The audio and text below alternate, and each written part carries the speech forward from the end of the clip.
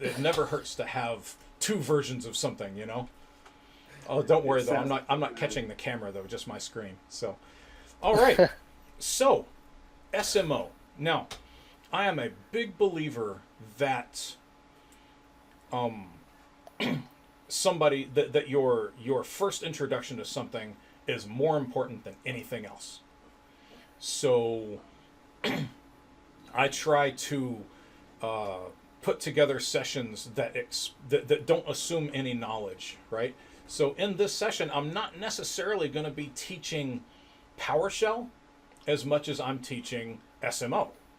So there will be some PowerShell stuff because I want to start, because if somebody just has done a little bit of PowerShell and they know the syntax, then they'll be just fine with SMO for the most part. But I wanted to really explain the concepts because I still remember how hard it was for me to get my mind around some of these things. So, and I think that's really important is you get guys that have been doing this 15, 20 years and they forget what it's like to be a beginner. So, and BI is the worst about that, right? You say, well, what's a KPI? And they go, well, it's a key performance indicator. You're like, okay, what's that? And they're like, well, it's an indicator that tells you the key performance. I'm like, really, man? You just rearranged the tautology on me? So, so I don't believe in that kind of stuff. So, if you guys have any questions, keep them to yourselves. I don't care. No, I'm kidding. Go ahead and shout them out if you have any questions. So, because who knows, somebody at home may have the same question, and I either know the answer or I don't. I'm not afraid to say I have no idea, dude. It's just in the code. Do it. So, all right. So with that in mind, let's go ahead and get on with it. So y'all can see my screen all right, right? You see the PowerShell? It looks good. Excellent. I couldn't hear Adrian when he just said that. So. Oh, yeah. Oh, there you are. There we go. And I have no idea if y'all's voices are coming through on my recording. So we're going to find out. Alrighty. So SMO, Server Management Objects. And they've been around for many years now. And their predecessor was DMO, right? I think that was Dynamic Management Objects, but don't quote me on that. And it was sketchy at best. And SMO comes along as you know, like DMO 2.0, and it's much more well thought out. Now, still isn't super well thought out, but it's much more well thought out, right? And I think it was really, really buggy when PowerShell came out. And these bugs had managed to stay around for a long time, I think, because in order to use it before, you had to do VB script. And VB script is just murder to try to work with. Have either of you guys done anything significant in VB script? It's been a few years. Okay. A long time. Yeah. So when I teach beginning PowerShell, I usually show like a PowerShell command to like write something to a file. And then I show the VB script, which is like 3/4 of a page. And, you know, so I'll be honest, I didn't bother with SMO before PowerShell because I couldn't get my mind around the VB script, right? I'm an admin, I'm not a dev, right? Okay, well now I am. But, and even now I still look at VB script and go, nope, nope, nope, nope, nope, right? So it's my firm belief that a lot of SMO was allowed to be buggy because only the elite guys were using it. But now PowerShell comes along and makes it so much easier, and now everybody's using it, right? And I think that exposed a lot of the bugs. So they've been forced to up their game a little bit, but somehow not their documentation. Okay, so with that in mind, SMO, Server Management Objects. What it's for is it is for managing and auditing your SQL boxes in code.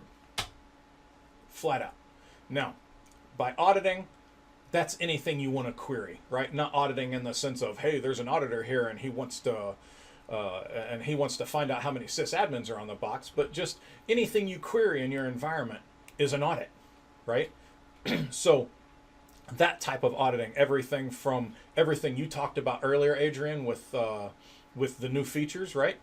Yeah. To tons of stuff, and also being able to actually do stuff. So what I'm going to do today is take you from the very beginning in SMO all the way to being able to get different types of information and being able to actually change some things. I think we're changing things. Yes, we're changing things. So the first thing you got to do is you've got to load the assembly. Now, an assembly is just a fancy .NET way of saying a DLL, right? I've got to load the DLL into this session. And that's an important distinction. You're loading it into this PowerShell session. You are not loading it into memory for everything to use, right? So if I have a PowerShell session and I load in this assembly, if I open up a different PowerShell session, that will not be available to it until I load the assembly. Now, I'm going to load with partial name. And all you do is say, reflection.assembly, load with partial name, give it the name, Microsoft SQL Server SMO. And I'm saying out null here. It usually just outputs the location of the DLL, right? And says loaded yes. Well, we don't need that. We know it's there. So load with partial name is a bit of a religious debate in the PowerShell community, because the PowerShell team themselves and all the PowerShell experts say don't load with partial name anymore. They want you to load with the full name down here, doing just a load. But we don't. When that's really for version conflicts, right? You have different versions of an assembly in the GAC, and you want to load a specific one because it's got specific functionality. But in SQL, we really don't have that problem that often, right? I mean, we've usually only got one version of SQL on our box. So we've only got one version of SMO on there. And even if we have two versions, we usually want the later one anyway, which is the one that's going to come up by default, right? So it's not a big deal to us. But here's why it's a big deal for us to use load with partial name instead of load, because here is the full load syntax with the public key token and all that. And what you have to do is you have to go there, you have to go to the folder location, and you have to right click on the DLL and go into details and pull all this information out of there and put. It's ridiculous. Only to move it to another box and have it be on a different version. So now your script doesn't even work. It's not worth it, right? So definitely load the assembly with partial name, and I think you'll be happier. If you run into conflicts, I put this here, but since PowerShell has come out in, what was it, 05? That's 2005, not SQL 05. But maybe it was close to, anyway, since PowerShell came out, I've never run into a conflict. Ever. So I don't think it's going to happen often at all. Now, something else I should tell you about this session here is not only am I going to try to explain things as basically as I can, but I'm also going to really, really pound a few things into your head. So I'm going to repeat myself many times on certain topics, because sometimes you need to get things pounded into your head. And if you're getting tired of hearing it, that means it's working and you won't forget it. So let's move on to the next script, and let's start getting into some actual SMO. I need to be on number 2. There we go. So we're going to start with basic connecting. Now, what do I start with every single time? I load the assembly. Every single time. You can't use the assembly if it's not loaded into memory. Easy enough. Now, you also create a variable as an SMO server object. So, I'm creating a variable here, and I'm not going to teach you this because I'm not going to teach PowerShell basics, but I'm going to create it as a new object, and it's going to be Microsoft SQL Management SMO Server. Okay. It took me quite a while to understand that, and I've loaded all of these scripts with lots of comments so that we can upload it and you'll more or less know what's going on. But every variable in PowerShell is an object, right? They're all a specific data type and they have an object, or they are an object. So let's take a look at this so you'll really understand that we're not doing anything different here when we create this as this type of object, right? So let's go to, actually we can probably do that here, yeah. So I'm using Sapiens PowerShell Studio, and I've loved this tool for a long time. It's a great editor. It's not free, but it's a great editor, and I highly recommend it. There are a couple free ones out there, including ISE. I've never been a fan of ISE, but whatever. If you don't have the money for this, maybe you should go with that, right? So we're just going to run this script, and for here, I'm going to right-click and say, I don't want to right-click. I want to do that and say Run in Console. When I switch over to the console, now this automatically did a dot sourcing for me. So now if I want to get the value of that A variable, it's 5. But if I want to pipe that to a GM and get member on that thing, you'll see that it is a type int32 because it's clearly a number, right? And look, these guys have methods. There are no properties for an integer, right? It's the number it is. It's the value it is. But you can do things to it. So you can convert it to double or to int16 and so on and so on. So you can do things to it. But you notice how there's no substring or end string or replace or anything like that because it's a number, right? So let's look at B. B is hello. And if I do a GM on B, you'll see that it's coming through as a string because it is a string. And so it's got a load of methods, and here's remove and pad left and index of and all of that. And then it's got one property, which is length, which I think is so named, right? Now, should I talk about the difference between a method and a property? Sure, why not? So a property is basically an adjective, right? It describes this object. And this is a very important concept in object-oriented programming, which is more or less what PowerShell is, but these objects definitely are, is with everything being an object, it's just like, I think everybody's favorite example is a car, right? A car is definitely an object. And objects have properties. So the car has a size, it has a width, it has a height, it has weight, it has a color, it has horsepower, it has mileage, it has MPG, it has all of these different properties, just thousands and thousands of properties. These are questions you can ask about the car, right? Does the car this, does the car that, does the car that, has it that, it's got a certain type of braking system, and so on and so on and so on, right? But there are also things you can do with the car or do to the car, right? You can drive it forward, you can drive it back, you can put it in park, you can put it in neutral and coast and push it, you could stand on top of it and take a sledgehammer to it. So you can do things to it and you can do things with it, right? So those are verbs. So your methods are your verbs. These are things that you can do to the object, and the properties are the things that you can find out about the object.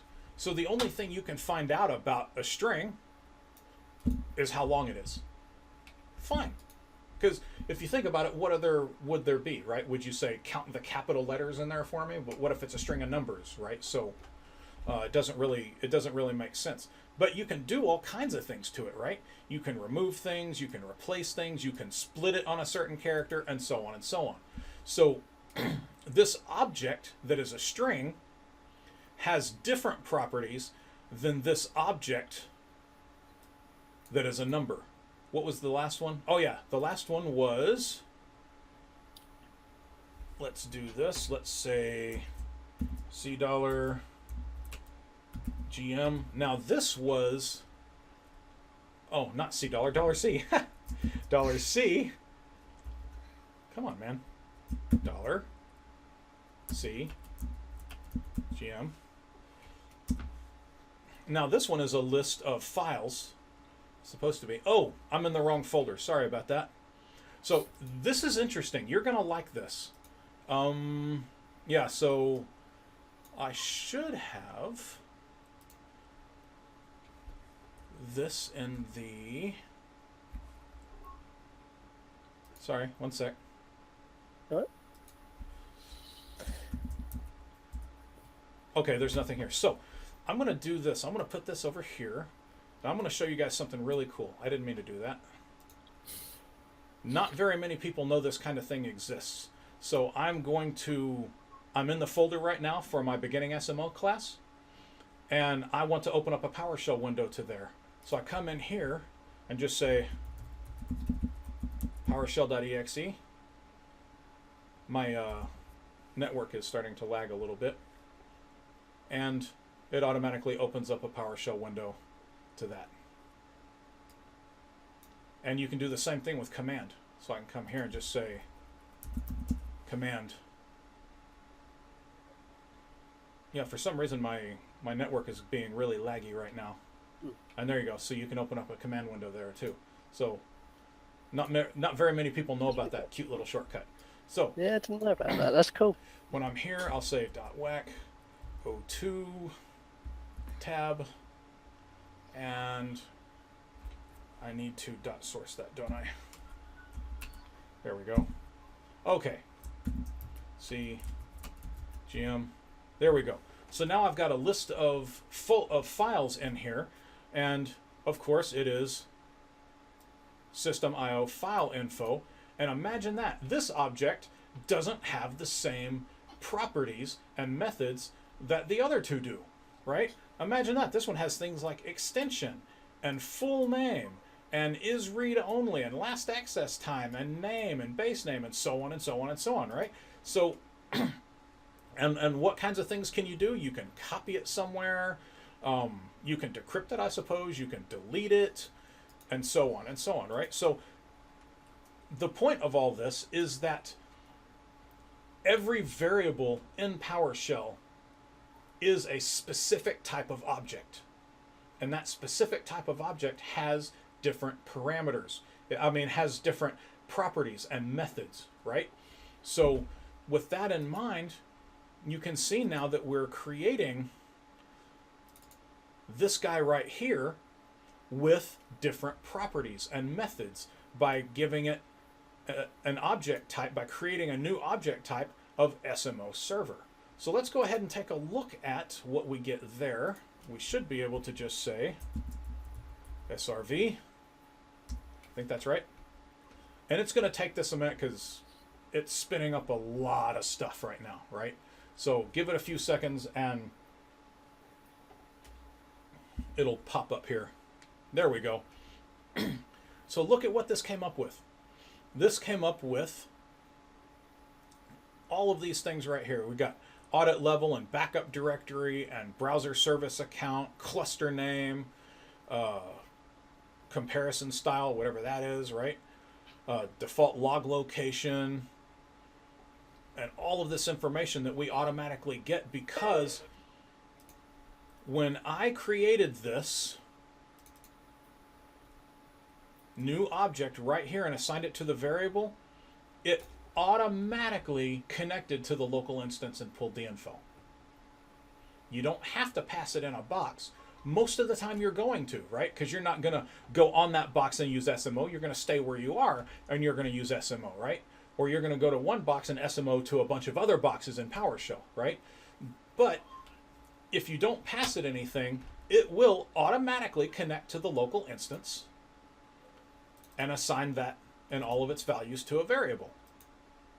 So here again, we've got login mode is mixed, and this is all just information about the instance, right?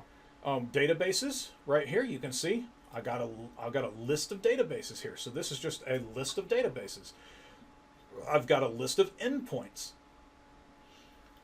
And where are we here? And something that we're going to be very interested here in just a second is the connection context. And you can see here that it connected to my laptop BindyCon using integrated security and all of the other things with the application name of SQL Management. Really? SQL Management? Sure, why not? So by default, these are all the settings. And I think that's all for that one. Yeah, so I can get the exact same thing here. And that's probably why that's taken so long, because I'm doing it twice. Let me copy that up. Let me do that out. There we go. So you can do the same thing with remote or local servers, and here's how you pass in a server name. I can do the same thing with a named instance. And what you're going to want to be interested in the most is this is the preferred method, is assigning that to a variable and then putting the variable there. So that means that now you've got a list of servers, right? And inside a cursor, you connect to one server, you assign the variable to it, to the name, and then you connect to that instance and you do your stuff. Then you move on to the next one, blah, blah, blah, blah, blah, blah, blah, blah, blah, blah, blah, blah, blah, right?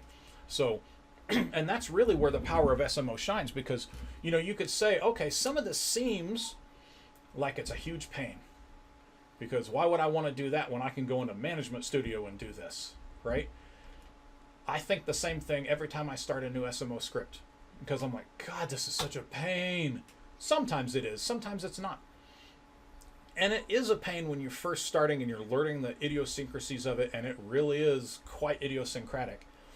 But once you get that written, and you're doing this against 100 boxes, where you ordinarily would have had to do it by hand, then you go, and only then you go, oh, I need to get started on my next one, right? So yes, SMO is a learning curve, but it's more than worth it once you start getting some of these things done, right? And I'm going to show you some things today that are actually going to make it really worth it, even if you're doing it on a single box. Because it's not just multiple boxes, right? When I teach a session on being an enterprise DBA. And one of the big things that I teach, and it's a pre-con, so it's a full day session, and I still run out of time, right? I can't teach you to be an enterprise DBA in a day. But one of the things that I teach you is to change your thinking about your enterprise. So I don't want you to be a DBA in an enterprise with 100 servers, with 1,000 servers, right? You'll never get anything done. I want you to be okay, instead of, let me do it like this. What's the most amount of servers that either one of you, the most amount of databases that either one of you guys have ever had on a server? 300-400, maybe? 300-400, I'm okay. thinking there or thereabouts, isn't it? Yeah. Okay, that's good. And that's a lot, right? So if you have to do anything with those, you have to connect to the first one, do it, connect to the second one, do it, connect to the third one, do it, so on and on, right? So cursors become your friend, right? People always say, oh, cursors, no, cursors. But cursors are there for a reason. Cursors are extremely useful. As a DBA, I love cursors because they're very useful, mostly in admin stuff, right? Now, How often do you have this conversation, Aid? We say it all the time. Many times. People are bashing cursors. Don't use cursors. And you think, well, they can Actually, be great. yeah. Yeah, You no, want to execute something don't use them. for each thing. Don't use them where they shouldn't be used, right? Don't use them inappropriately, and that's where people lose sight of the fact, right? So when you're doing admin work like that, you put that in a cursor, and then you have that cursor go through all of the databases and do your stuff for you, period, right? But that'll only take you so far. Like I show in that session, let's say that you want to add a user account to every single database. Hell, that's easy, right? It's the same code, blah, blah, blah, blah, blah, right? But what if you want to like alter an SP that's in every single one of the databases. And that SP is like 2 pages long, and it's got dynamic SQL in there and all that. Well, you would have to put that in a string object, right? And you'd have to double quote all of the quotes and so on and so on. And inside of there, you may have to double some of them because and it gets untenable really, really fast, right? So that cursor method, that T-SQL cursor method, is only going to take you so far before you have to break out into something else, right? So enter, of course, PowerShell, right? You could put that alter SP command in a file. You can connect to the box, go to the databases, cycle through each one of them, and call that one for each one of them, blah, blah, blah, blah, blah, and it's easy as hell. It takes you, 2 minutes, right, to write that from scratch? It's absolutely nothing. And next time it'll take you 10 seconds because all you got to do is change the path, right? So when you're doing stuff like that, PowerShell becomes really, really powerful, and SMO can take you a long way to that. So let me ask you something. If you've got a cursor that cursors through all the databases on a single server, how hard is that for you to do if you're doing it in PowerShell? Like that, right? Easy as hell, right? But that's only a single box. So how many servers do you have if you've only got one box with, say, 17,000 databases on it, which is the most databases I've ever had on a server? You got one server, right? And actually, they were identical databases. So everything I did on that server, I had to do 17,000 times. That's when I started to learn how to code. So what if you've got 17,000 databases, each with one database on it? If you're doing it in PowerShell, what's the difference? It's an extra level of a cursor, right? It's an extra loop. You got a for each for servers and a for each for databases, right? Well, what do you call a loop with only one item in it? A loop. Pointless. No, you call it a loop, right? So you always code for multiple servers. You always code for multiple databases. And if you only have to do something to one, well, it's a loop with one item in it. Right? That's good. I like that. That's a good idea. It's really good thinking, isn't it? So if I can do something, so if now I've got this script that I've written in PowerShell, and it goes through all of the databases on a single server, and say puts an SP out there, right? Or adds a new login to all of them. But I wrote it so that it'll go against multiple servers. So let's say now I have to do the same thing to every server. I need to give every I need to put a new user on every single server in my shop, and I got, say, 500 servers, right? And every one of them has between 4 and 17,000 databases on it. So all I got to do is put that server. All I got to do is pull that list of servers from somewhere into my cursor, right? And the PowerShell runs through it, right? But it's the exact same amount of work for me, isn't it? So since all I had to do was call the script, is there a difference between me running this on one server and me running this against 500 servers? Not really. No. So my time, because it's not my time, right? Even if it takes that thing 4.5 hours to finish, it's not 4.5 hours of my time, right? I set it to run and I go do something else, right? So with that in mind, is there a difference between managing an environment with one server with 17,000 databases on it and an enterprise with 17,000 servers with one database on it? Not really, right? So you really only have in your head one server in your environment because you're managing everything with scripts and everything else you just don't care about, right? So if you stop thinking of your environment as this disjointed everything as separate thing and start looking at it as and instead of these disparate objects, start looking at it as an umbrella type of thing, right? This is my environment, and the more things change, the more they stay the same. Now you're going to start getting this this enterprise mentality that you stop treating everything separately and you start making things simpler, right?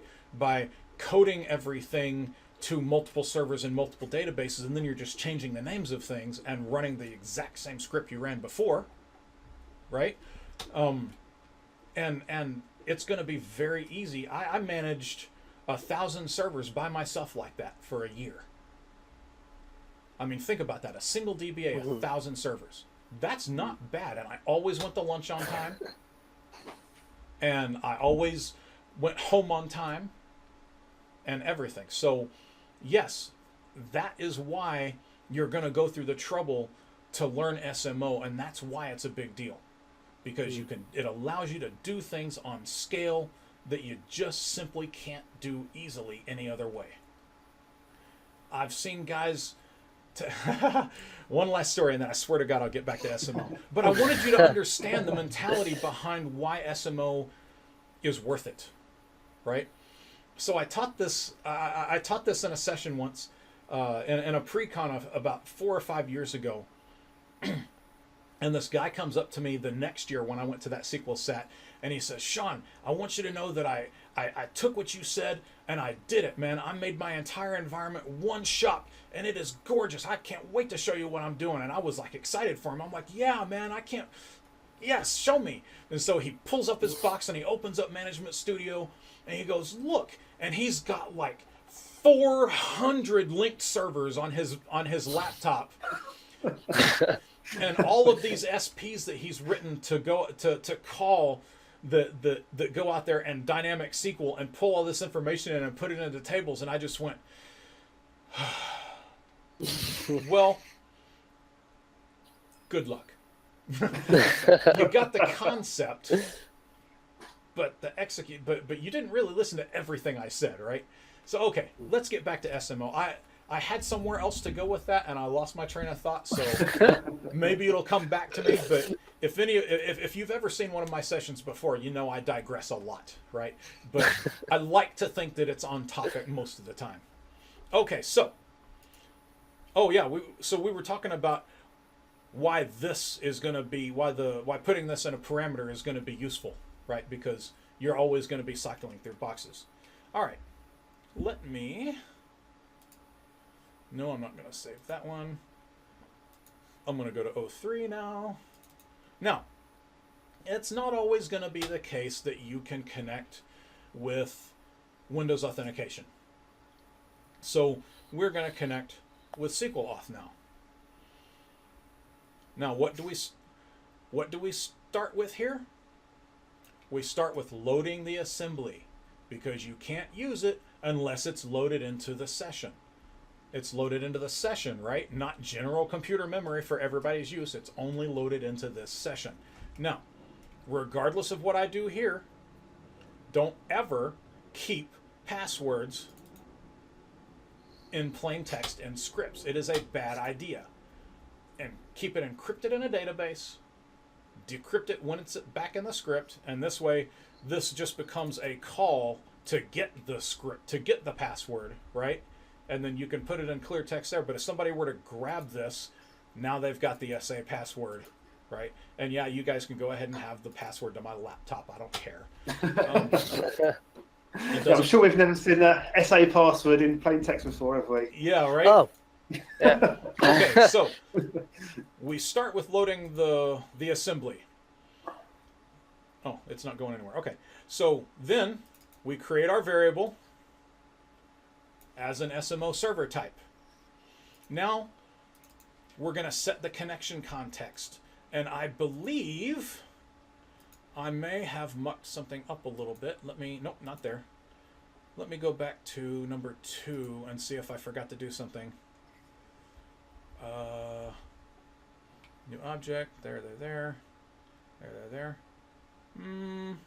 No, I guess not. Okay. I guess that's coming then, because I know there's something coming, and I thought it would have been before now. All right. Go back to here. There we go. Okay, so now you just set the connection context, because when I have, let me look at 4, because I'm either going to get into this now or in a minute. Okay, good. So we're exploring. Okay, good.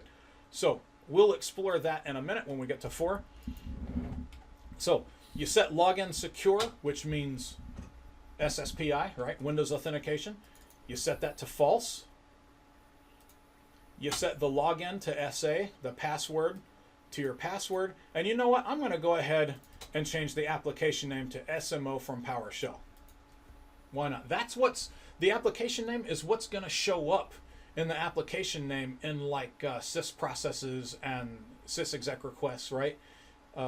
So I like to change that so that if anything I write ever hangs or causes performance problems, it's really easy for me to see what it is, right? I do that. That's a really handy thing, that, isn't it? Yeah. I mean, because we have this problem all the time. We troubleshooting things. You go in there, you look at processes. It comes from .NET Provider. Yeah. It's frustrating. useless, isn't it? It's Exactly. useless. Yeah. So that's really cool.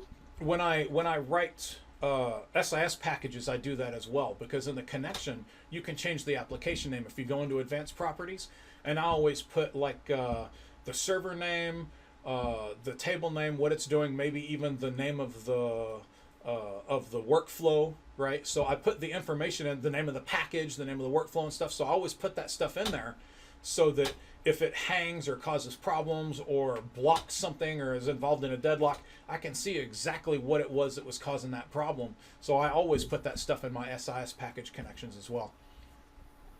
Okay, so it's very simple here.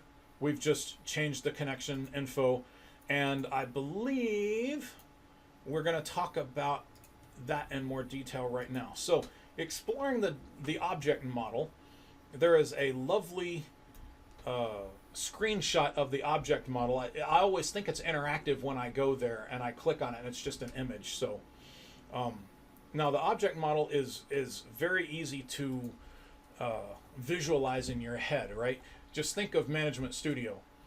You start with the instance, and then you've got databases, security, job server, so on and so on and so on, right? And then under there, you've got the list of databases. Under the databases, you've got tables, programmability, views, SPs, functions, so on and so on, right? Well, that's the object model. That's the layered object model, right? The hierarchy of the objects. And the hierarchy of the objects, if you know SQL at all, makes a lot of sense. Well, that's what this is, right? This is just the hierarchy of objects. In fact, let's go there real quick just to show you what I'm talking about. This is probably going to bring up every other thing I ever had open. Yep, so I'm going to open this like that instead. And I'm using Edge. I'm sure Microsoft will forgive me. So here's the SMO object model. And again, we've got the server, we got backup devices, databases, and underneath databases we have a whole list of things as well, right? Log files, partitions, we've got rules, and so on, right? So stored procedures, and on and on. So that's the object model, and it can be really useful if you can't find something, right? If you don't know where something is in SMO, it can be really useful to help you find something. Now, let me come back here. So we've got our assembly loaded, we've got our new object created, and now let's just do a get member on that and see the types of things that we have available to us. Let's run that guy in the console. Go to the console, and here we are. So just like we did a GM on those other object types at the beginning of this session, we can do a GM here and see all of the different properties and methods that we have available to us in SMO, or in our SMO server object, right?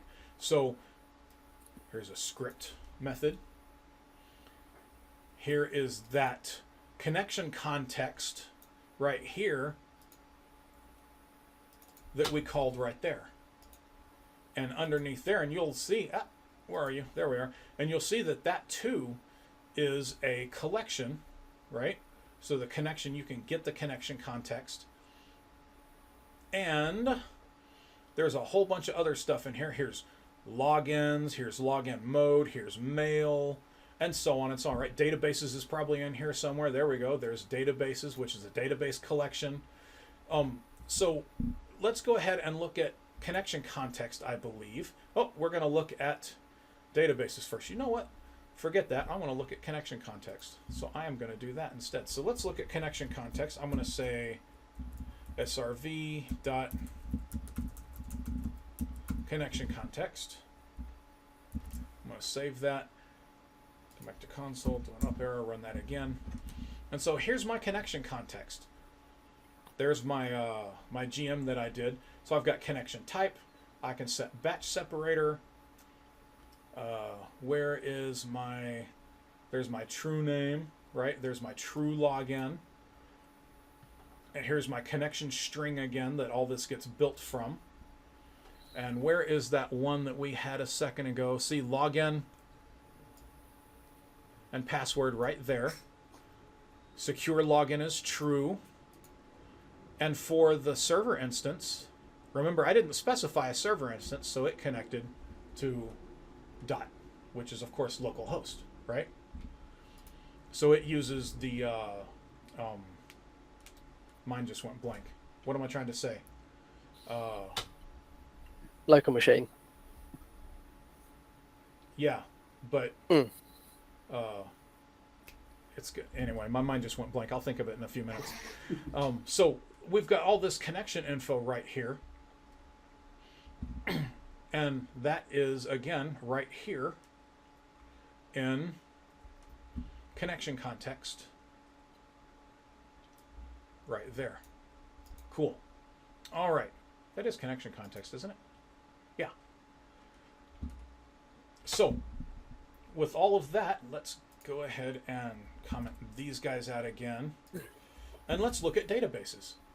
So, to look at databases, you do the same thing as you did with connection context. You say, I want to see server databases, and I want to do a get member on it. And we're just doing SMO gymnastics right now, right? So, same thing. My thing's moving really slow again. I've got all these properties. Look how many properties databases have. Lots of methods too. And it, of course, now is an SMO database object. And you can alter the database, and you can see check tables, and you can do deny and drop and discover, and all the properties. Tons of stuff in here. I'm sure database name is in here somewhere, right? It's just name in this case. There we go. Name and stored procedures, which is a collection. You've got recovery model, which is a get right there, as it turns out. Oh, no. There it is. It's a get and a set. We're going to talk about that in a couple minutes. And you got the size and space available. And so tables, you've got all of this information about databases that you don't have for servers, right? Because it's a different type of object. I know. Did I say I was going to pound some things into the ground? All right, let's move on. And let's put some of that into a little bit more useful format, right? Let's query the databases, and let's pull up their name, their size, their data space usage, index space, available space, and put it into a format table. Just to have a little something to look at that's useful. It's going to take it a minute. There we go. So I got a few databases here, and I've got the exact info I was looking for. I'm going to complain about this in a minute, so I'm not going to complain about it now.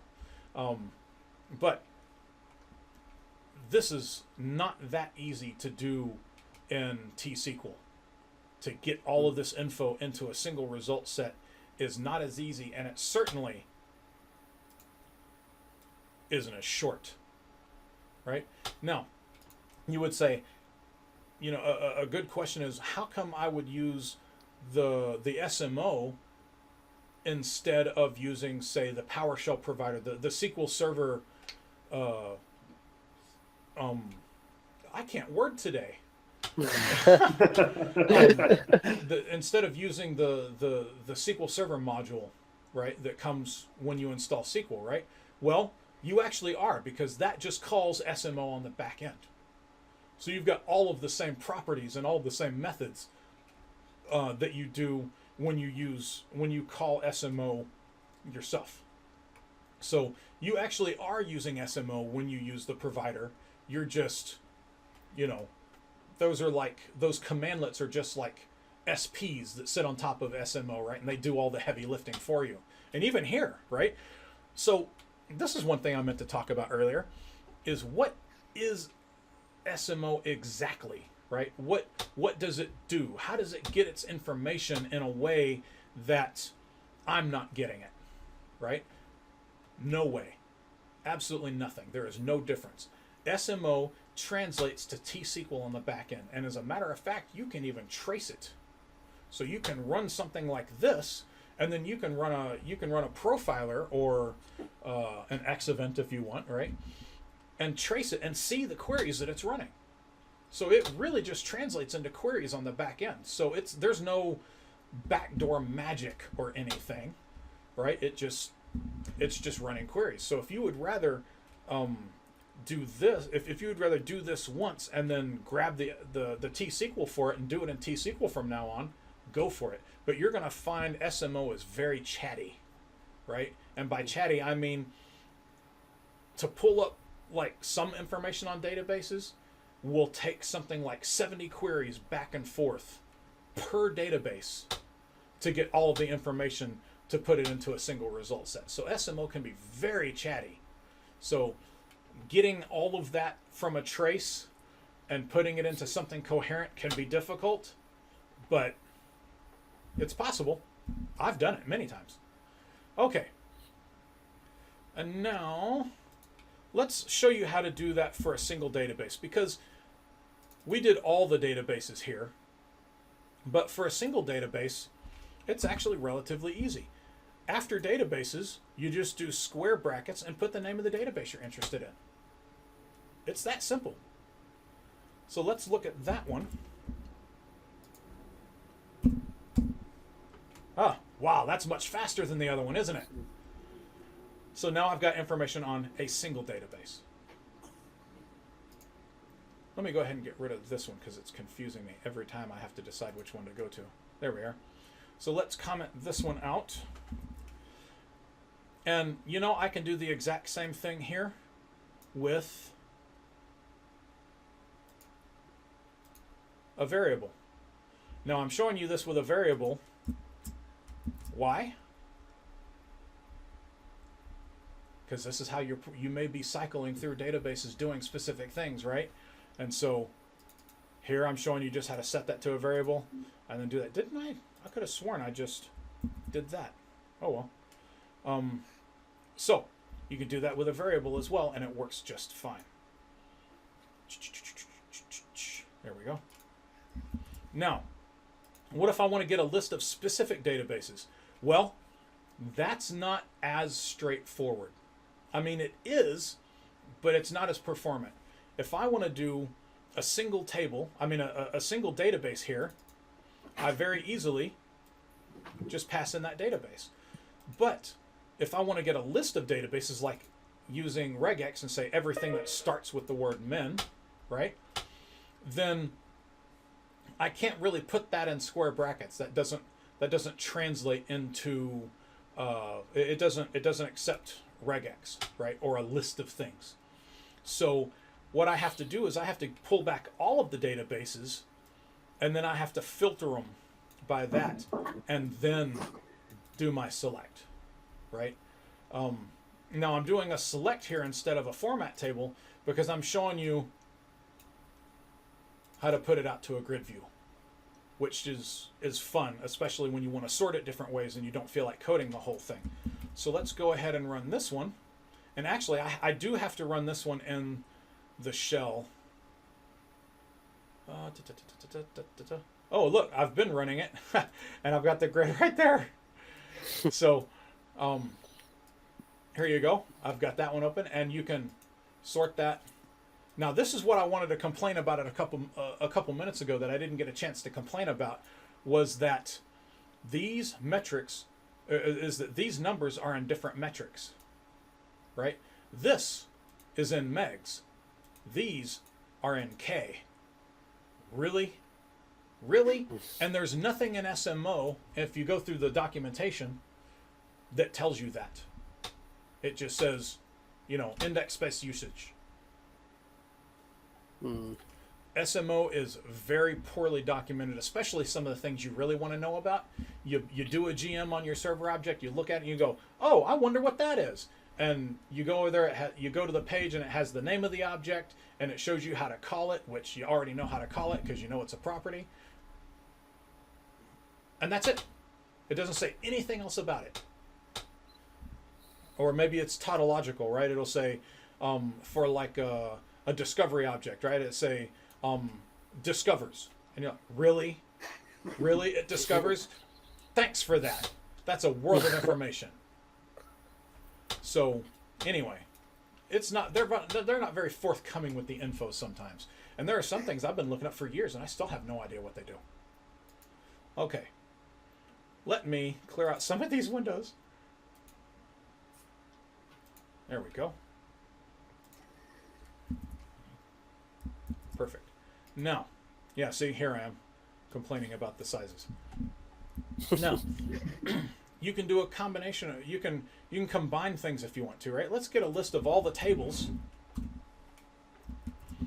in a specific database. I'm going to pick the minion database, and I'm going to, and it's the same thing as anything else in like the for dot naming in SQL, right? Server dot instance dot database dot schema dot table, so on and so on and so on, right? So it's the same thing here. I've got my server object. I want to get the list of databases. I want to limit it to the minion. Inside that minion database, I want to get a list of the tables. And inside of there, I want to get the name of each table. And I'm just going to print the name of all the tables to the screen. I already saved that, so I should be able to just say up arrow, go, and there's a list of all the tables in the minion database. Not too bad. I can do the same thing, showing again the exact same thing with indexes. So now I just go tables.indexes.name. And I can pull up a list of all the indexes. That was actually pretty fast. Of course, I'm also staying local too, but... Okay. Now, let's get all the indexes for a single table, since that's probably a little bit more reasonable. Because, let's be honest, this doesn't tell me jack, does it? You're going to pull back thousands of indexes, and it's going to... So, let me do that. Now, I'm pulling back minion. Now, look, the same thing holds true, right? I'm limiting the databases to minion. Now I'm limiting the tables to table properties .indexes.script. So now I want to script the tables, or the indexes for that table. So when I come here, did I save that? Yep. So when I come here and hit up, I get an error. It says it can't call a method on a null valued expression. Well, can I just go ahead and say poo on you? So the problem is that it defaults to the DBO schema. And this is in the collector schema. So what I have to do is I have to call this and pass it in the schema. Now I hate this. I hate this, hate it, hate it, hate it. Because this was supposed to be written for DBAs, but you can easily tell that it's written for C# and VB guys. Because the schema comes second. Right? And that's not how DBAs work, right? We do schema.tablename. Now, if you go into Visual Studio and you create a new connection to an object and you pull up a list of tables that you want to create a connection for, right? they do the same thing. They've got the table name, and then after the table name, they've got the schema in parentheses, right? That's how I know this was written for programmers. Right? Now, how do you know, and this is one of those things that you may or may not know based off of your experience with PowerShell. So we're going to look at something again, but let's pull this up first. So again, I can limit the table, and I just give it a comma, the schema name, and I'm still back to indexes and script. Let me make sure and save that. So now when I come up here, there, I've got the script for all of the indexes for this one specific table. Right? Create index, create non-clustered index, so on and so on. Okay. Now, I promised that we were going to do something, and I'm going to pull a get member on my server object again because this matters. We've got, I've already forgotten what I was doing. Let me go back to my script. Yeah, okay. So when I come here to, if I can find it. Oh, I got to go to databases. That's the problem. That's why I can't find it. Where are you? Come here. Databases. I hope this is it. Here we are. Let's see.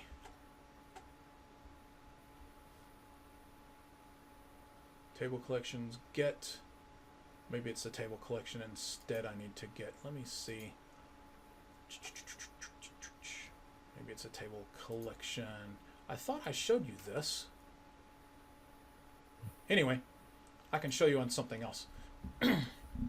So you'll notice that for all of these properties that they have either a get and a set or just a get. And sometimes they have more than one thing listed over here. I'm looking for one that has more than one thing. Let me go up a level because I know logins does. Yeah, I'll get my act together here in a sec. I think. Okay, so logins right here. Right there. So if I do logins here, I've got a login collection, and if I say, I'm going to go all the way down to the bottom. There we go. Dot logins GM. There we go. So for the create method, there we go. So we got the create method here. And you notice how it says void create with empty parens, and it says void create with a string of a password, and then it's got void create with secure string password, and then void create with string password comma SQL Server something, right? I can't tell what that is right now. So it's got all of these different ways that you can call it, right? That's called overload. That's called an overloaded method. And what that means is that method can be called with different sets of parameters. So the create can be called with no parameters. It can be called with just the password passed in as a string, with a password passed in as a secure string, and so on and so on and so on, right? There are several overloads for the create method for this guy, right? So it's the same thing. Anytime you see these different methods, or anytime you see different ways to call this thing, that means that it's overloaded, and that's an object-oriented term. And I'm going to say it again. All it really means is you can call it with a number of different parameters, right? Sometimes they only have one overload, right? Sometimes it's enable. You can only call that one way, passing it no parameters. It doesn't take any parameters ever. So does get hash code, right? Doesn't take any parameters. But something like, let's find something else here, grant, it needs a SQL Server SMO object permission set, and then the name of a permission, a string argument of grantee names, and so on and so on, right? So, and then of course, here's another overload, and you'd need to pipe that to a format list to get all the overloads, right? So, now the get and the set, anything that has a get and a set means that it can be changed.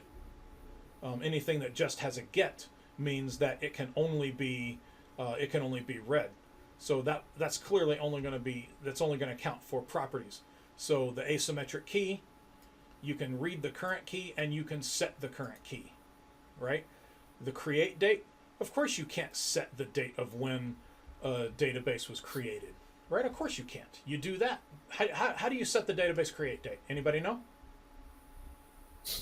You create the database. That's the only way to do it, right? The date last modified, sure. But the default database for a user, of course you can set it, right? So you can either get something, or you can set it, or you can do both. All right, so that's how you pass in this overload. This tables collection has two overloads. One where you pass in the table name, and the other one where you pass in the schema as an afterthought, evidently.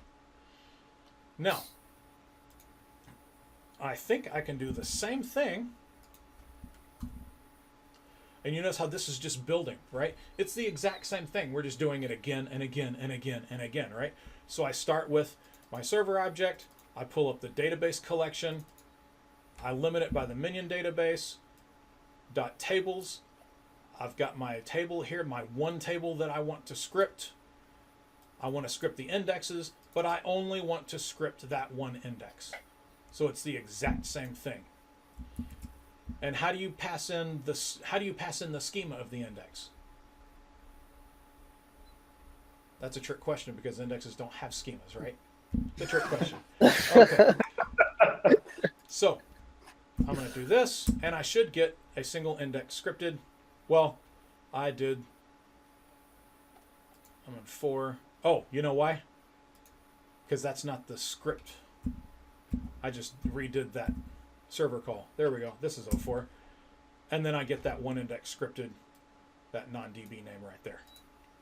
So, again, this is just a little bit of gymnastics for you, right? To show you how these commands are put together. But the more things change, the more they stay the same, right? It's just dot, dot, dot, dot, dot, and you limit things the exact same way every single time. Nothing changes. It's just at a different level. And you would expect you would expect that from something like PowerShell, right? Okay.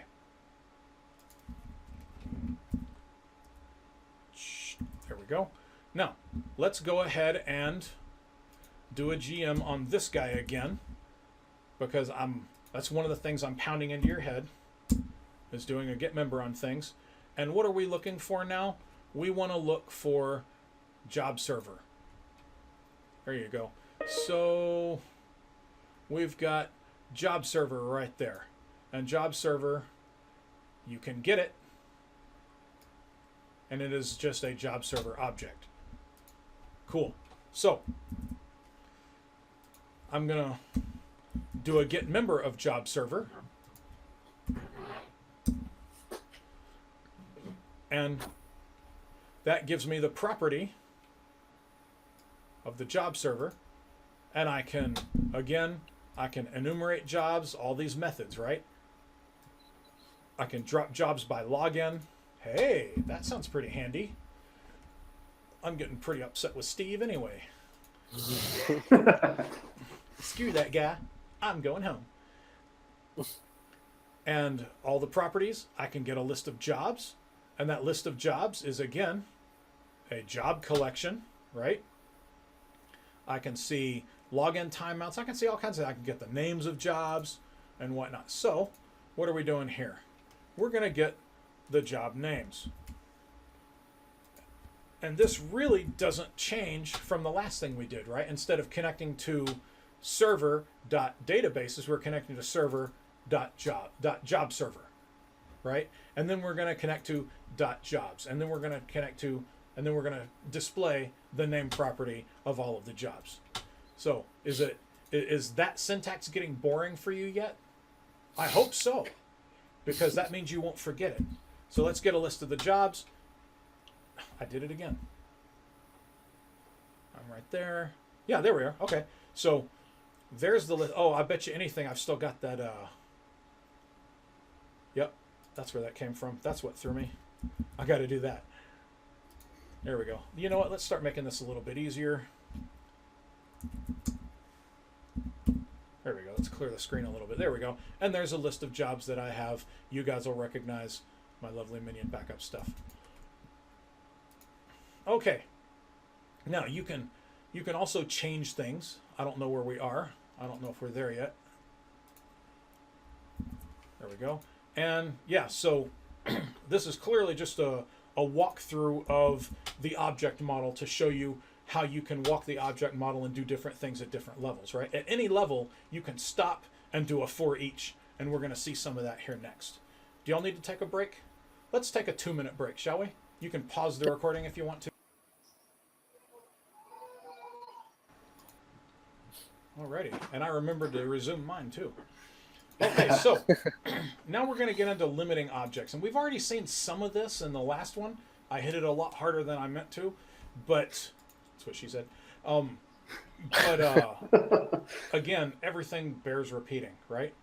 So we start with loading the assembly because we can't use it if it's not loaded. Then we create our server object as a variable so that it has a specific type of SMO server. Now, we saw this before. SRV .databases. I'm going to limit that, and then I'm going to pull in all of this stuff, right? Easy. We did the same thing here. I'm not going to go over that again. But what if I want to pull from a list of databases? And like everything in PowerShell and everything in coding, there's more than one way to do almost everything I'm showing you guys, right? But here, I'm just going to pull a DB list. And now this bears talking about. I always put things like this into a variable because it's so easy to change over, right? The variable doesn't care where it gets its list items. So I can easily turn that into a query if I wanted to, right? So I could do it against all the databases on the server, or I could do it against a regex list of the databases on the server, right? And then load them into here, and everything else runs the exact same. That's that whole one server script thing I was talking to you about, right? One environment, you've got one server in your entire environment, and all I got to do to make the change is change this. So if I want to do it against a small handful of servers, I probably won't do it like this. I will probably personally make it a query that queries a centralized list of my servers and just change the where clause, right?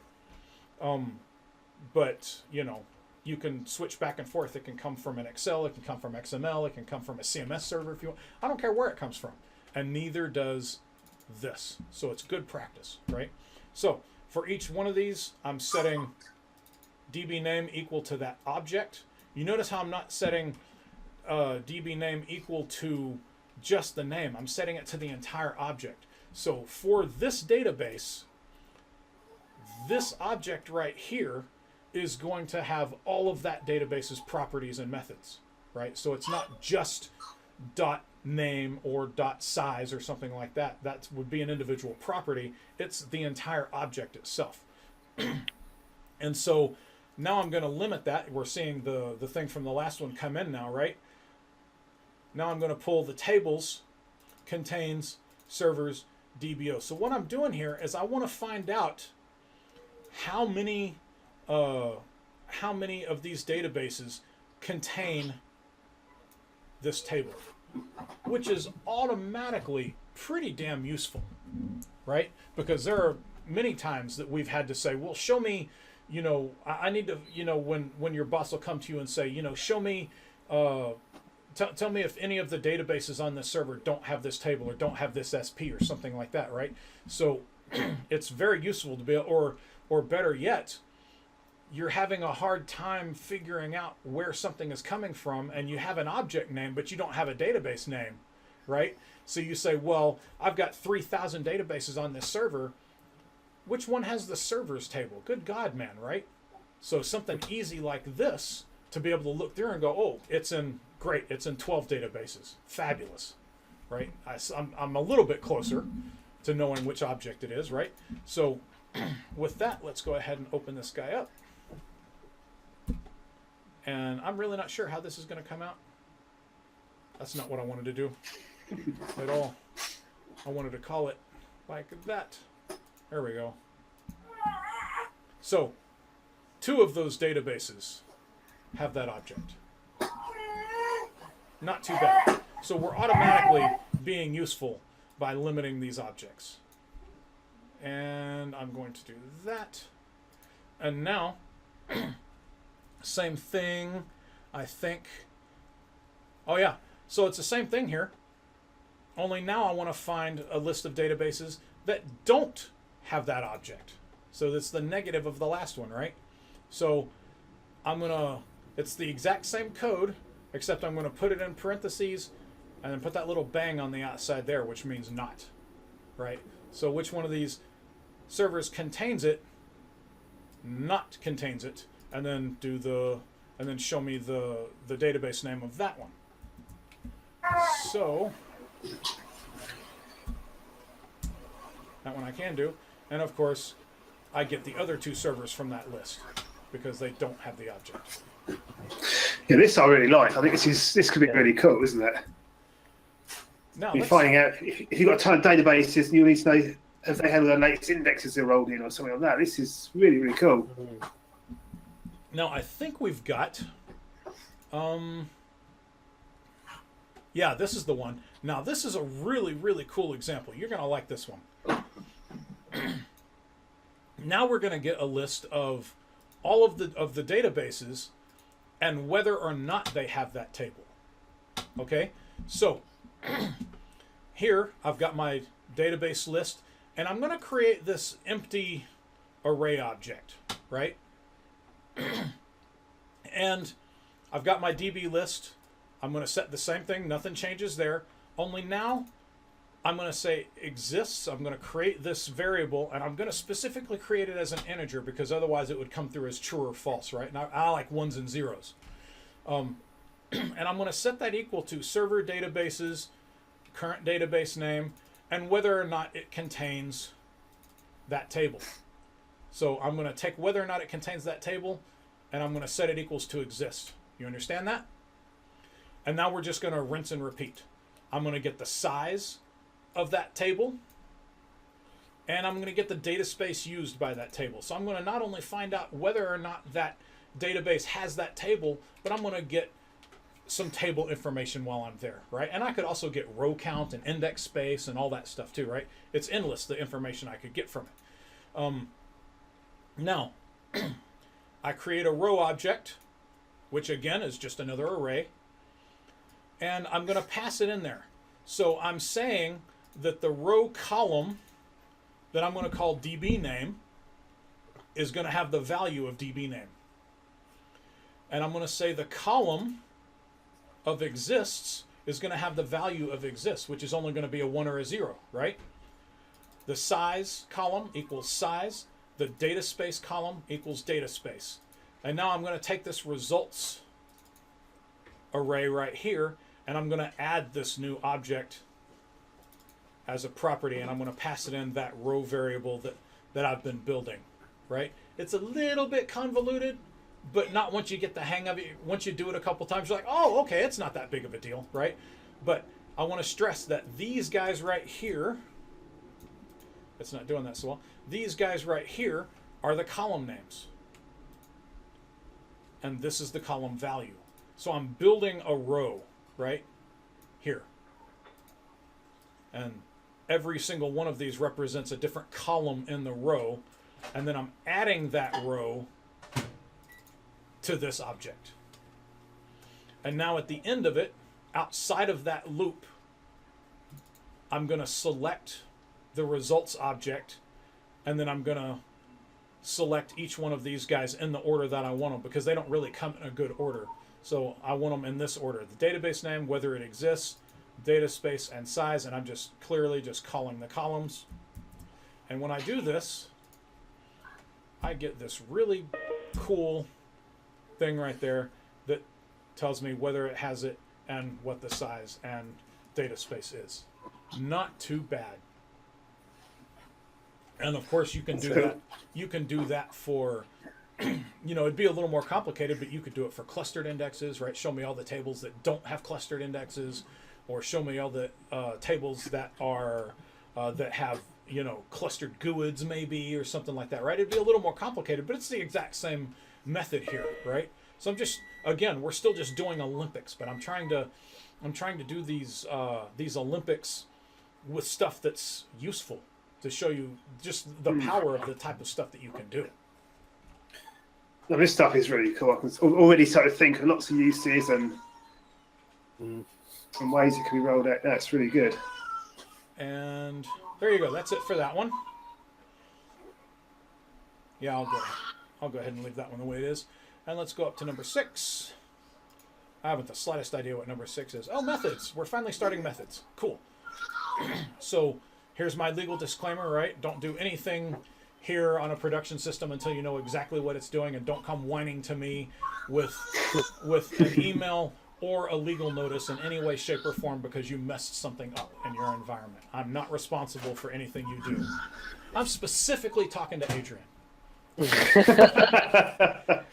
All right, so if we want to call a method on an SMO object, what's a good place to start, do you guys think? Load the assembly. Load the assembly. Absolutely. Yes. You can't use it if you didn't load it. Then we create our server object. Now here, I'm gonna do something different. I think that's in this one. We're gonna set a scripting options object and a scripter object, which I'm not really sure we need yet, but we'll see. Demo's kind of got away from me there a little bit, right? So we again, we can start with our GM if we want to. In fact, let's do that, because GM is something else I'm just wanting to pound into you, right? Get member is your friend. It's always your friend. So here, I've got, for the database object, I've got recovery model right here. And it is a get and a set. So I can change the recovery model. And I do this all the time, right? I can get a list of my recovery models. Let's see what they are. So for all my databases, all of these guys except for TempDB are in full. Okay, you know what? Let's go ahead and set them to simple. Why not? Now, actually, while I'm doing that, I need to open up Management Studio. There we go. And I'll just let that open up in the background. So, oh, and here's something you can do. You can limit your get member, so I can get the name of just the recovery model, right? So instead of having to look through, all of them, I can just come here and say, show me just that one property, right? Okay, so now that I've got that, let's change this guy. So it's easy to figure out. Now, in SMO proper, it does this, and maybe it's the other way in the provider as well. But in the provider, you have to change it with the number, because each one of these recovery models has a recovery model ID, right? So I got used to using the IDs, and they're actually interchangeable here. But the best way to remember it is the IDs go in order from most protective to least protective. So 1 is full, 2 is bulk, and 3 is simple, right? But you can also do it like this or like that. So I'm going to set this to simple. And I'm going to try my best to uncover some of this right there, I think. Why does that have a thing right there? Oh, there it is. Okay. So I'm going to undo that. And so for each database, I'm going to set recovery equal to simple, and I'm going to print the name. Why am I printing the name?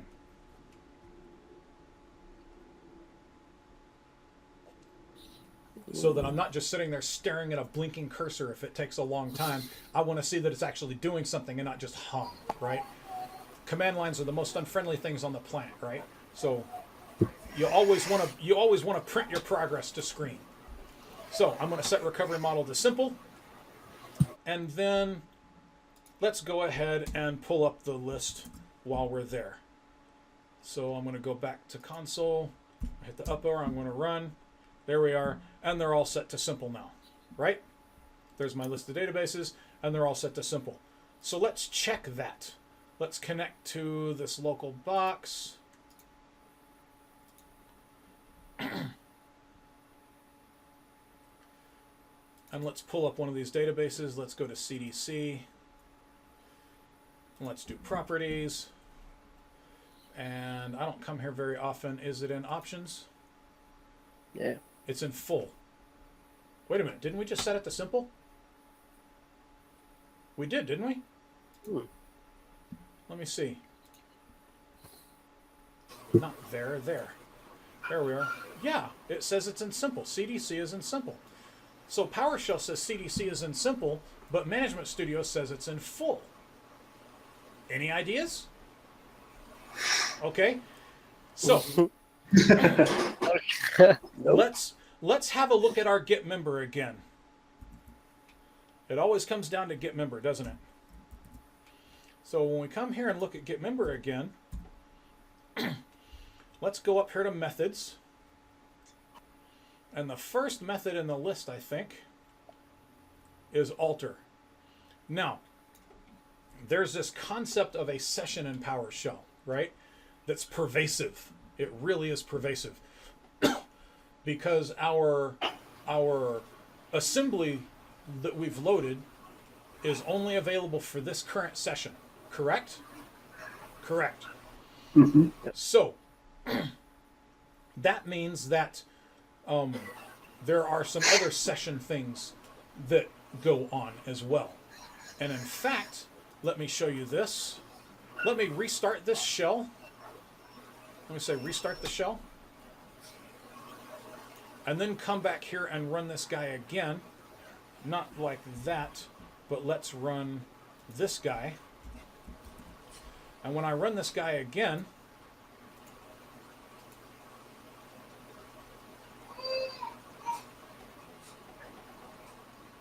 oh, damn it, because I'm dumb. I gotta undo this one. There we go. Do that. Now restart the shell. I is Ken Smart, I swear. Okay, now run it in a console, and everything's full. Okay, now this took me a while to figure out when I was first starting PowerShell, right? So, back to our GM now. So whenever something has an alter method, it generally wants you to use it. So there's our alter method. And you notice how it's overloaded? But we're going to call it with this one. So what happens when you call these methods is I'm changing this property, but what have I done here? I've loaded, if you come back to this code right here, I've loaded this code into this session, and I've changed the properties, right? But I've changed the properties for this object in this session, right? Because I've loaded this into this session, and I've changed this recovery model. That's why this recovery model is simple, and the one on the actual server still says full, right? So if you want to push those changes to the server, you have to call the alter method. So let's do this. Let's close that off again. Let's get rid of this guy too. I did close that off, yep. And now, if I can find it, there it is.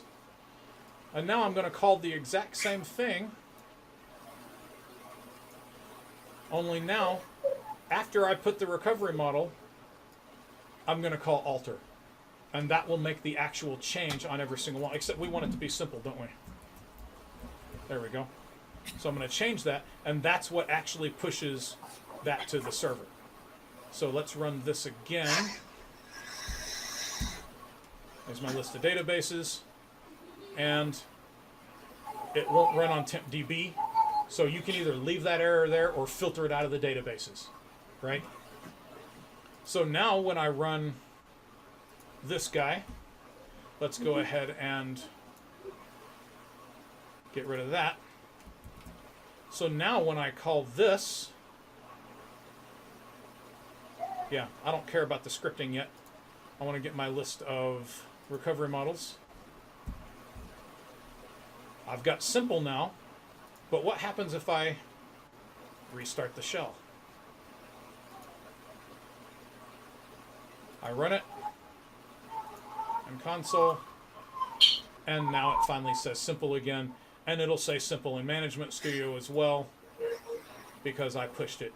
So the rule of thumb, there we go. So the rule of thumb is if it has an alter method, it usually wants you to use it. You're going to run into that problem with jobs too if you like go to change job owners, right? Yeah, you'll run into that problem there too. And you'll pull your hair out the first few times until you go back and go, oh, he said use the alter method. Okay. And then you'll go to use it next week.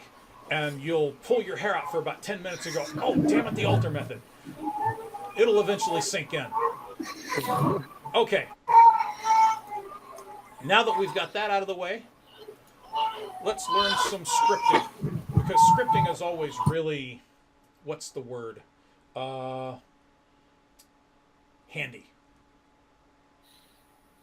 And sought after even.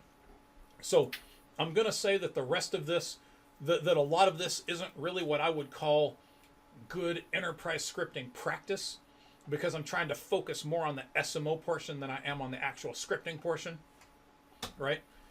So I don't want anybody writing me saying, you should put that in a variable, or you should do... Shut up, I know.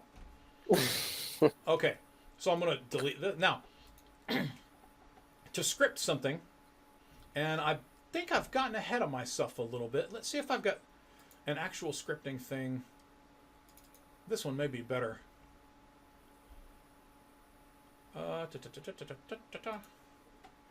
Base path, tables, scripting. Anywho, I'll go back to methods and just pretend none of that ever happened. So,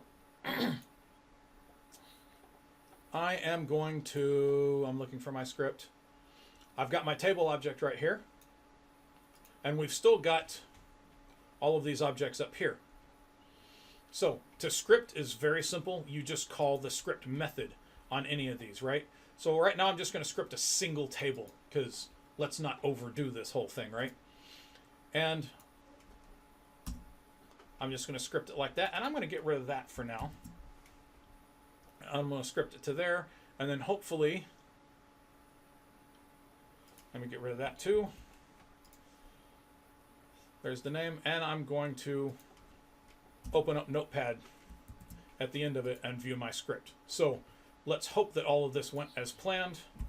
Oops. With the exception of the fact that no, that's the right script.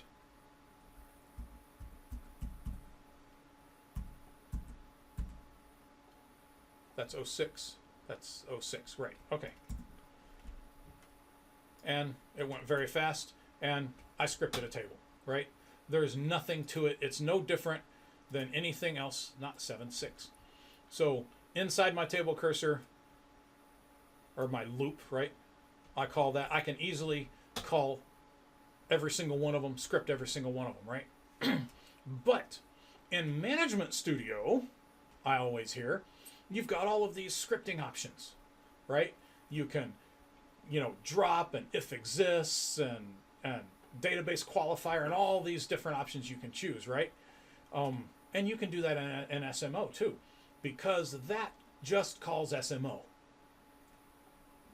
So they're just building SMO on the back end. So they're doing something really similar to what I'm doing in this session. So to do that, I need a scripting object. Again, here is my scripting options. And I'm going to set that as SO for scripting options. And that is, of course, again, a different type of object. And we're going to look at that object right here. Before we do anything, we're going to look at that object. So let's look at what it has to offer. And it'll bring up the thing again. Yeah. So here we go. Now, this is a scripting object for all types of objects, right? So you're not going to have every single one of these properties apply to every single type of object, right? So, for example, DRI foreign keys. That's a table thing, right? If you're scripting SPs or jobs, that's not going to be relevant. So if you set that, it's just going to be ignored, right? So this is for all types of objects. I mean, triggers clearly don't work for SPs or jobs.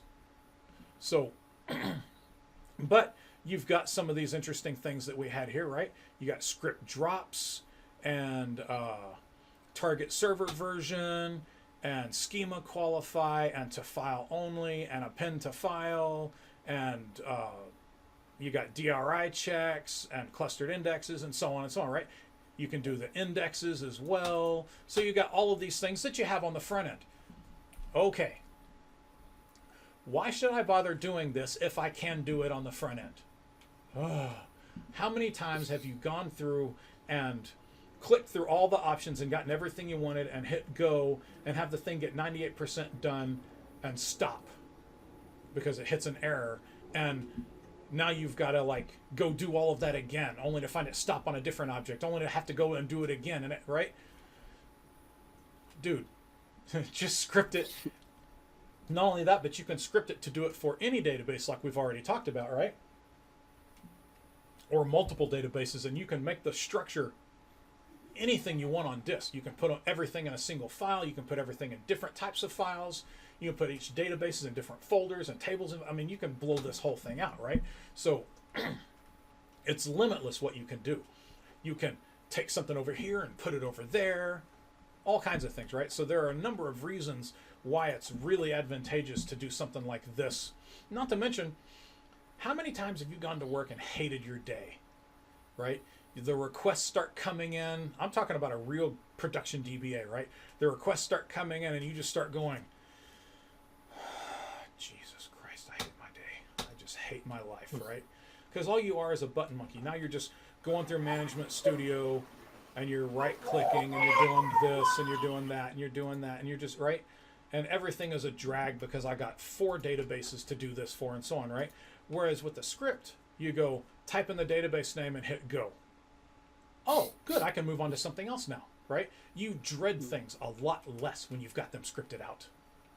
So, we're going to set a few of these guys, I think, not in 7, in 6. There we go.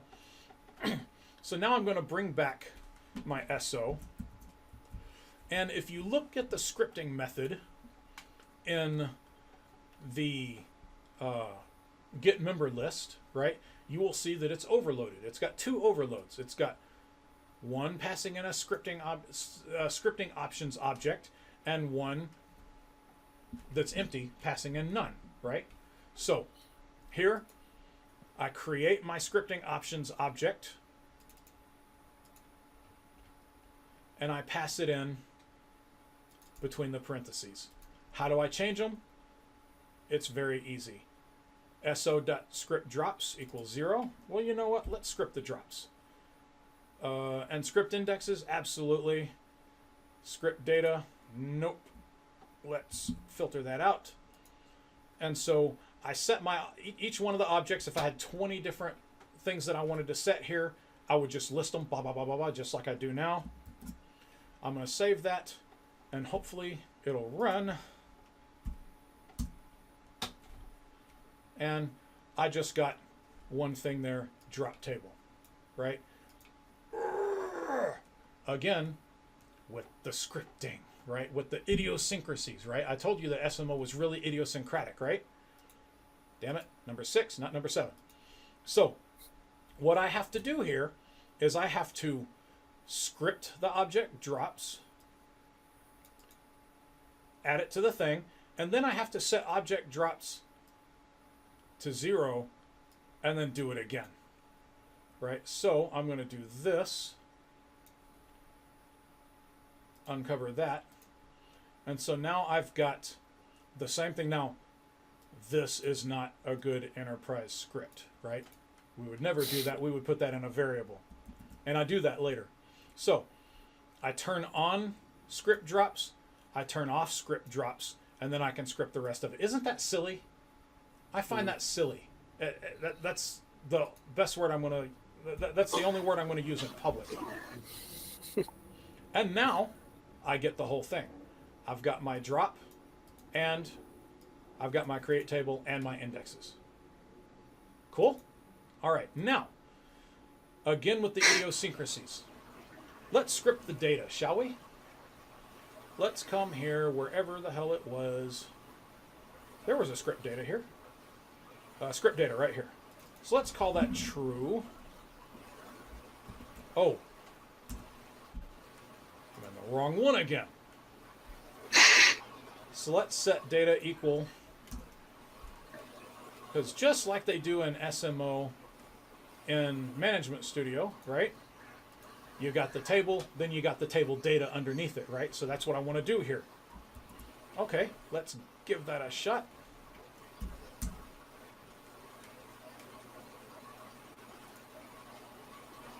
No table data. Man, what's wrong? Number 6. So it turns out, and I'm just going to cut to the chase here, right? That when you're calling the script method, and you've got when you're calling this script method right here, and you're passing it in the scripting options, the script data property flat out doesn't work. Period. End of discussion. Doesn't work. So how do you script the data? Well, funny, you have to create an SMO scripter object. And I'm going to do that as cache S for scripter, right? And the scripter object, you have to actually pass it in the server object as well. So it has to be able to connect to the server itself. Not really sure I fully understand that, but because I'm already there, right? I mean, where that connection is beyond me. But once I do that, then I can say s.enumerate script. Now I'm in the table list, right? And so every object inside this table list is a $_ right? And I can assign $_name and get the table name and schema name and all that stuff, right? But if I do this, I get the entire object. So what I'm saying here is for every table, I want to enumerate the script. And I want to script the data. I hope this works out. If it doesn't work out, then I have a subsequent script here where it does work out. Because I've commented and uncommented so many things in here, I'm not exactly sure where I am right now. So if this doesn't work, then it'll work in the next script, and you'll see. And let's go ahead and give it a shot. And there you go, it didn't work, so that's okay. I'll move on to the next one because I've got several things done. And you know what? I'm gonna do that. Okay. So, scripting data 1. Again, here we are. Okay. Wow. Okay, so my box blue screened, and I am back up and running. Okay, so we were talking about scripting data. So, I've got your camera up yet, Sean. I'm sorry? Your camera up. I forgot all about that. There you There go. we go. Lovely job. All right, so we start off loading the assembly. Can't stress that enough. Somebody's going to tell me I stressed it enough for sure. Create my server object. Create my scripting options object. Create my scripter object, and pass it in the server object. Now this is a little bit better, right? I've got a base path set up for my file, and I'm going to build the file name, which is going to be the base path, and then tables.txt. I've really blown it out of the water here, right? I'm going to check to see if it exists. If that file exists, if not, I'm going to delete it. I'm going to grab my table list, and I'm going to set scripting data equal to 1. And then I'm going to enumerate the script and output it, and then create the name, and then do that. So with any luck, this will work it as intended. I'm on number 7 now. And there we go. So now I've got my scripted object, and I'm scripting the data. Absolutely perfect.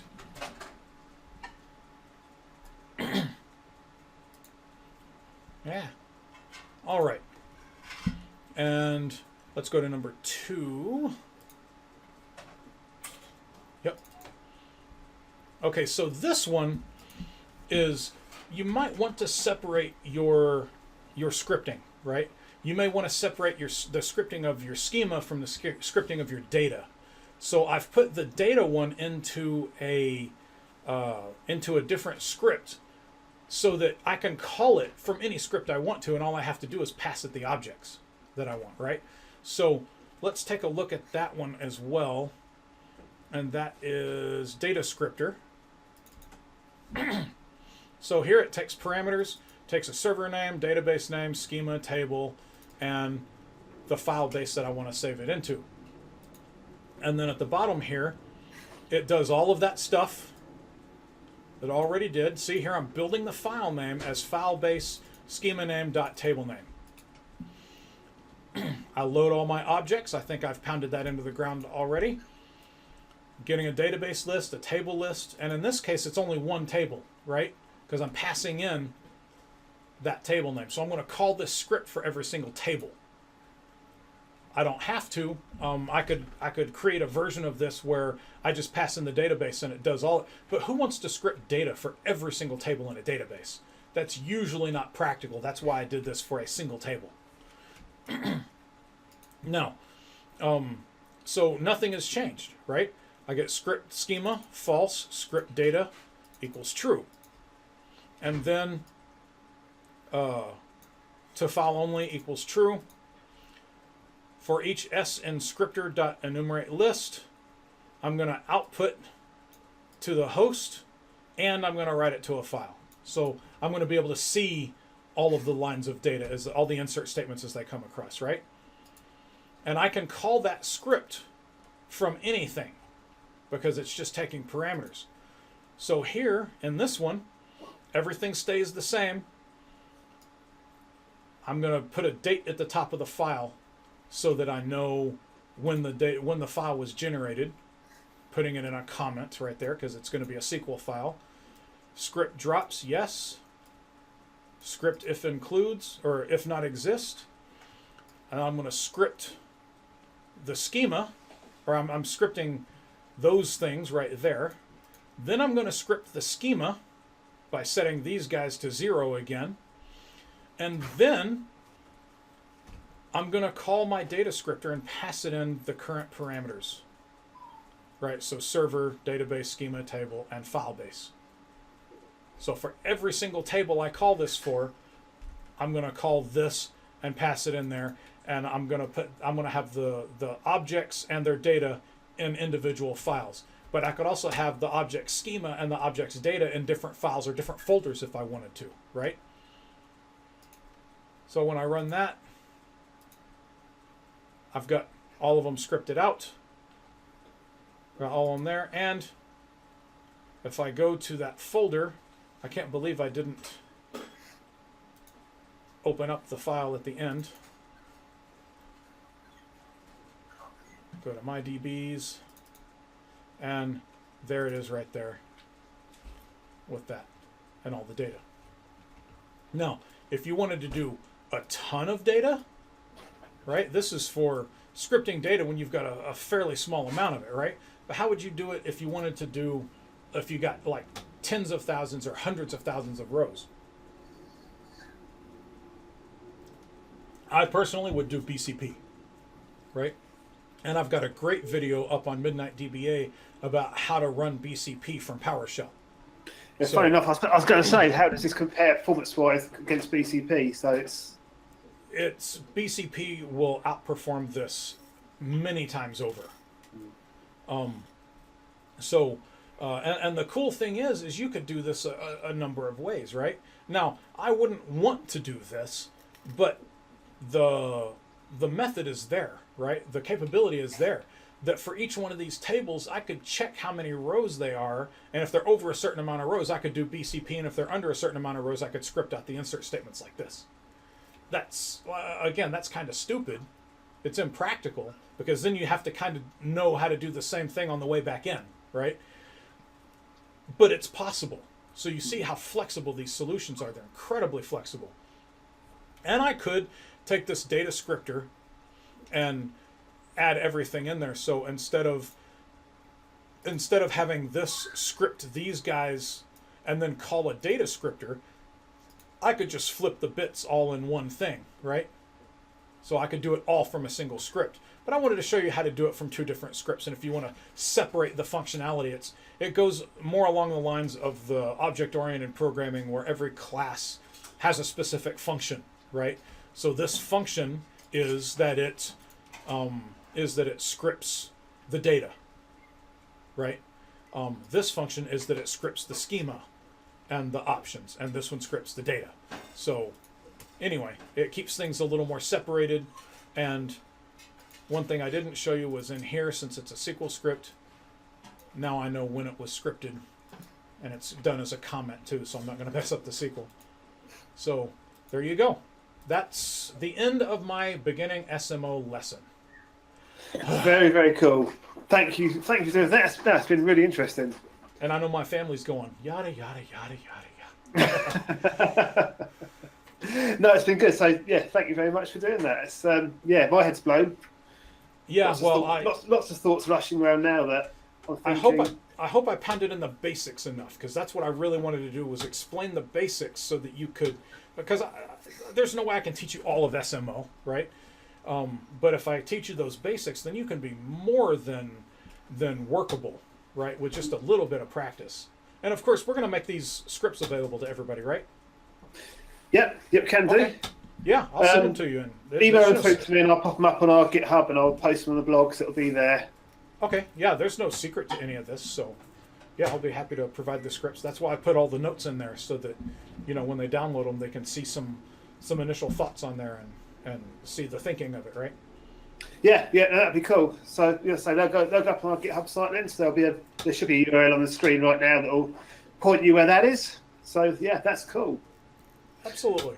All right, what else you want to talk about?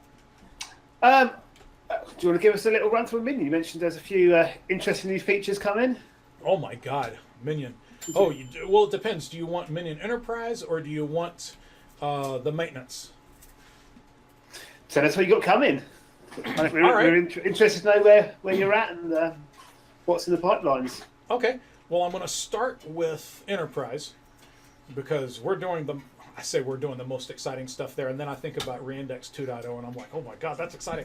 But yeah, Minion Enterprise, we are we've put in a GUI now because it was all nice back end kind of stuff, right?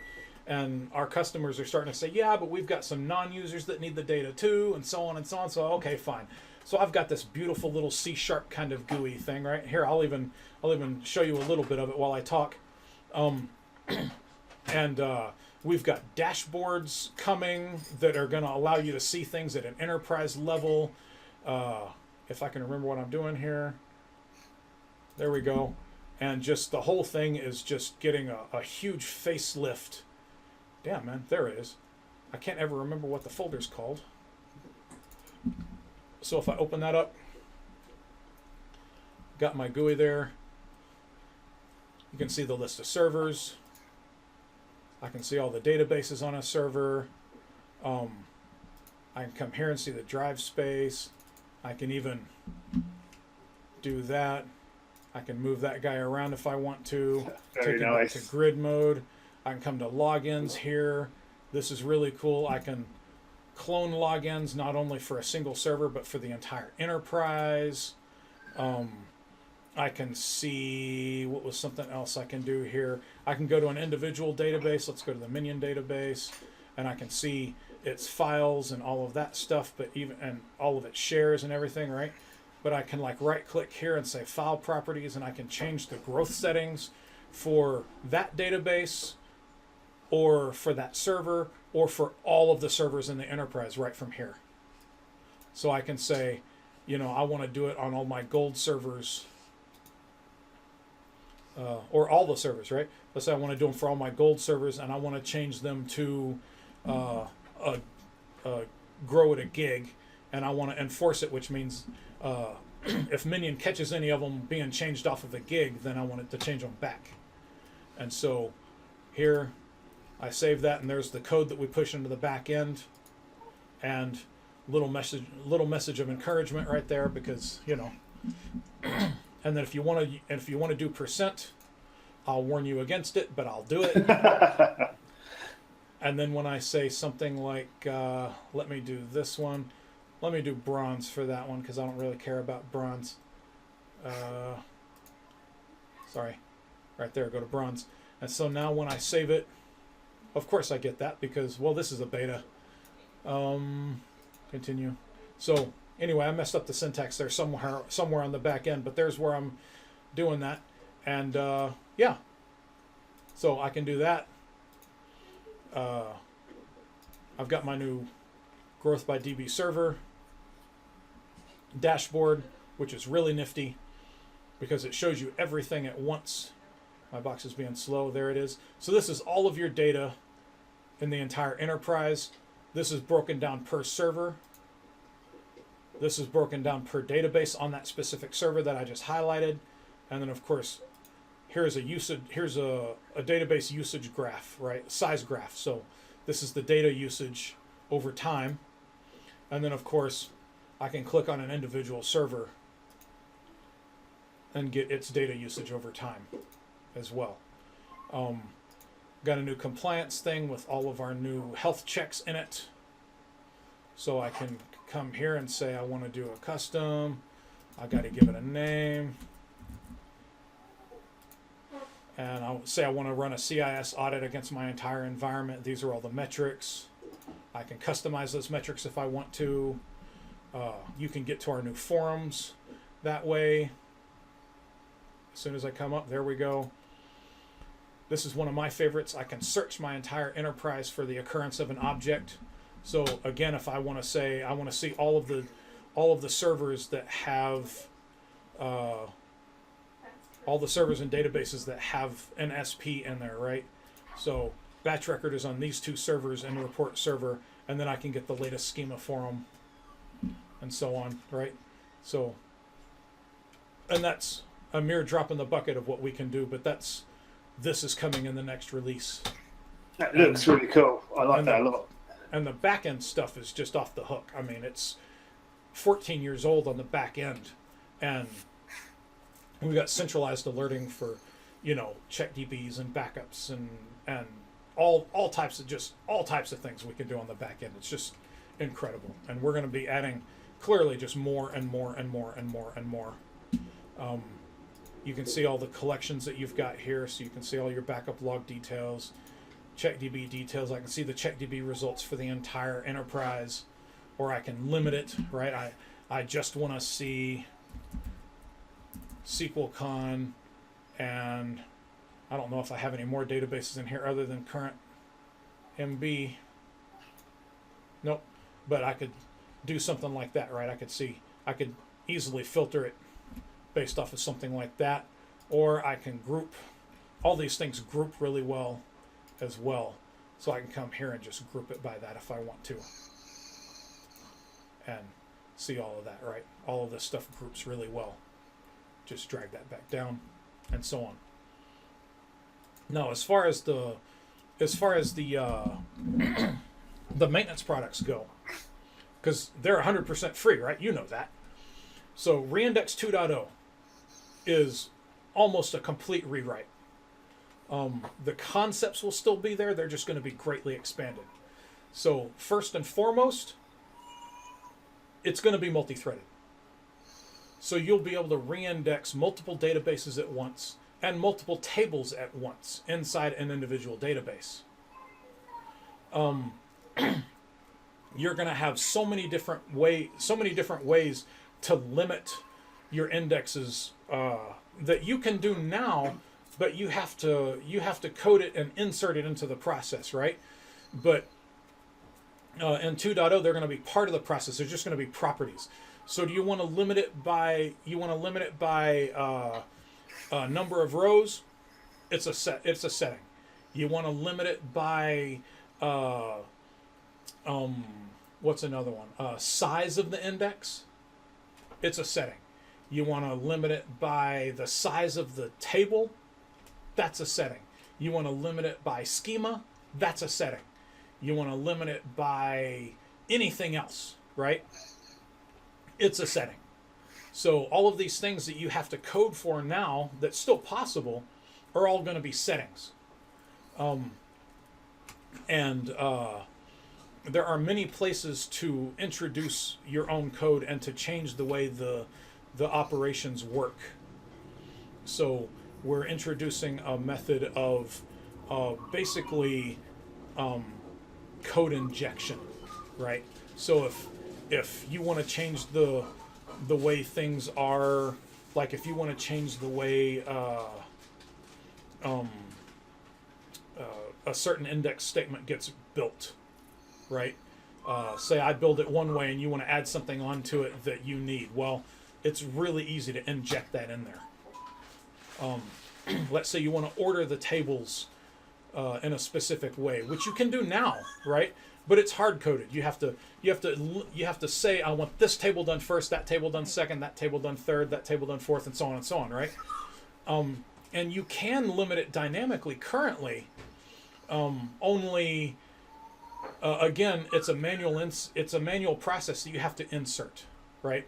And it's going to be a setting. You're going to say I want to order them by table size, and have them reindex that way, or I want to order the tables by index usage, or I want to order tables by size, or I want to do this schema first and then all the other schemas. And so almost any way you want to order these things, you're going to be able to order them, and it's just going to be a setting. It's going to insert itself into the process, and it's going to order them and just move on. And you can write your own orderings as well, just as easily, and insert them in there as settings and push them out to all of your servers. And it's really amazing, and that actually already works.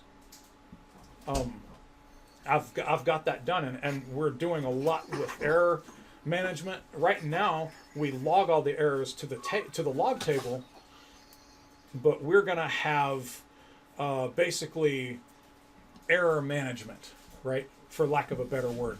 So let's say that you sometimes have what's a good one?